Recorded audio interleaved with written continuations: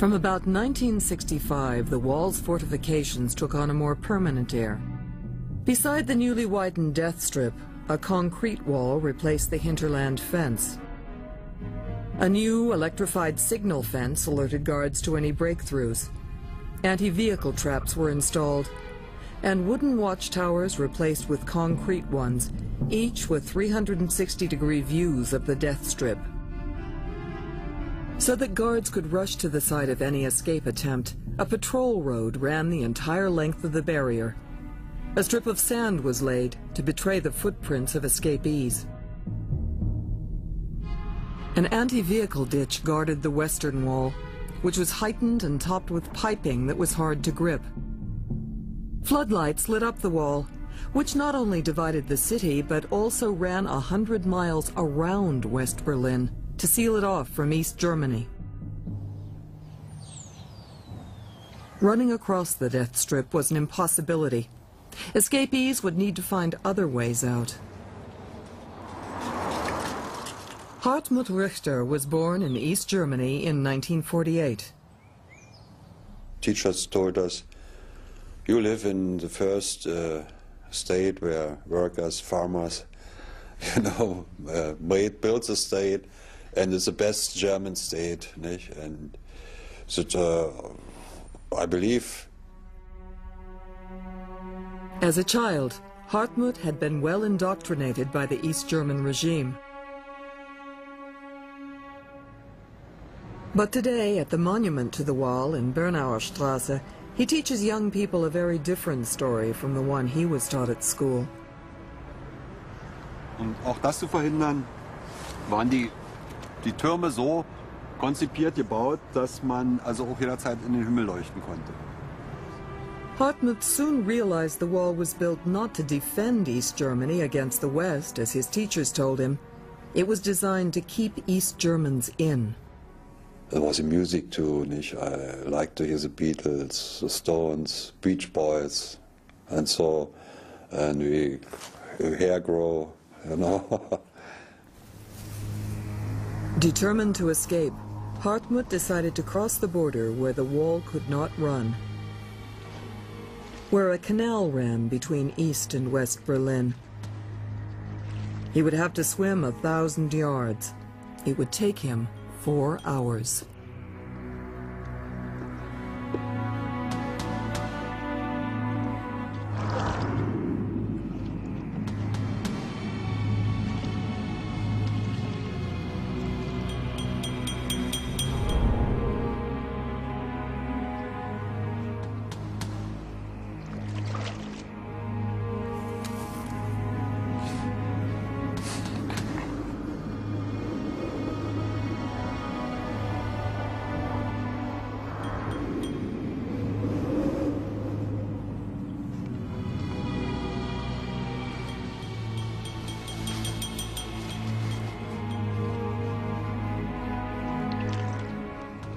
Hartmut was at his most vulnerable when he had to climb over a submerged barrier.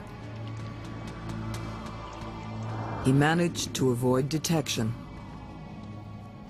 They didn't see me. I swam to the left side of the bank, and I read, you are leaving the American sector. In German, Sie verlassen jetzt West-Berlin.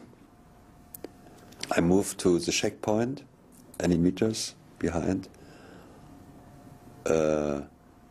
I saw a West German car. There was a lady inside, and I looked at the and asked, "Where do you know where I am in West Berlin?" And they looked, and yeah, sure, you are West Berlin. Your friend was very happy. The old lady too, who saw me there. And, As the years passed, it became possible for West German citizens to visit the East. With growing traffic between West and East Germany, the guards could not search every car. Now a West German, Hartmut could travel into East Berlin and smuggle people out. It was not so difficult. It wasn't easy, but it was not so difficult. It was a great thing for me, nicht to help people out there to escape. But the authorities noticed that every time Hartmut visited, an East German vanished. On his 31st trip, the guards were ready for him. They discovered Hartmut's sister hiding in the trunk.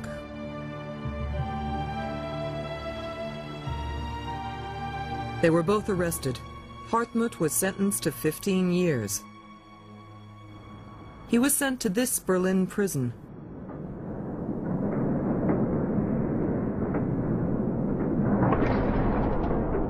The East Germans valued Western currency very, very highly, hard currency, and they discovered a very lucrative way of getting their hands on it, which was by essentially selling people who tried to escape and selling what we would call political prisoners, people who asked to leave East Germany, simply selling them to the West German government. Until they got the cash, the East Germans kept their prisoners. 34,000 East Germans were ransomed by the West. In Hartmut's case, the bill came to $50,000. They bought me free in November 1980. So I was 5 years and 7 months in jail. The East German government hammered home the message that the border guards were defending their fatherland and socialism. Once a month, the soldiers had political instruction classes where we were taught specifically that the enemy was West Germany, West Berlin, that criminals lived there who were primarily engaged in trying to harm East Germany. That's what we heard all day long. This is what we were taught, and everyone believed it. It was all about the big fight.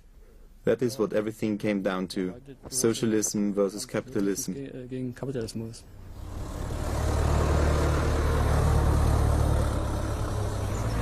Other young men patrolled the wall, just a few yards away but a world apart.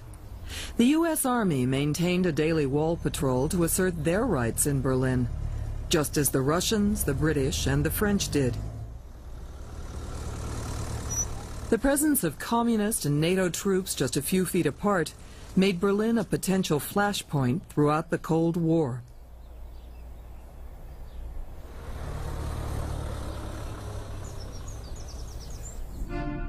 East Germany claimed the barrier prevented invasion from the west, but the anti-vehicle ditch faced east, embarrassingly the wrong direction.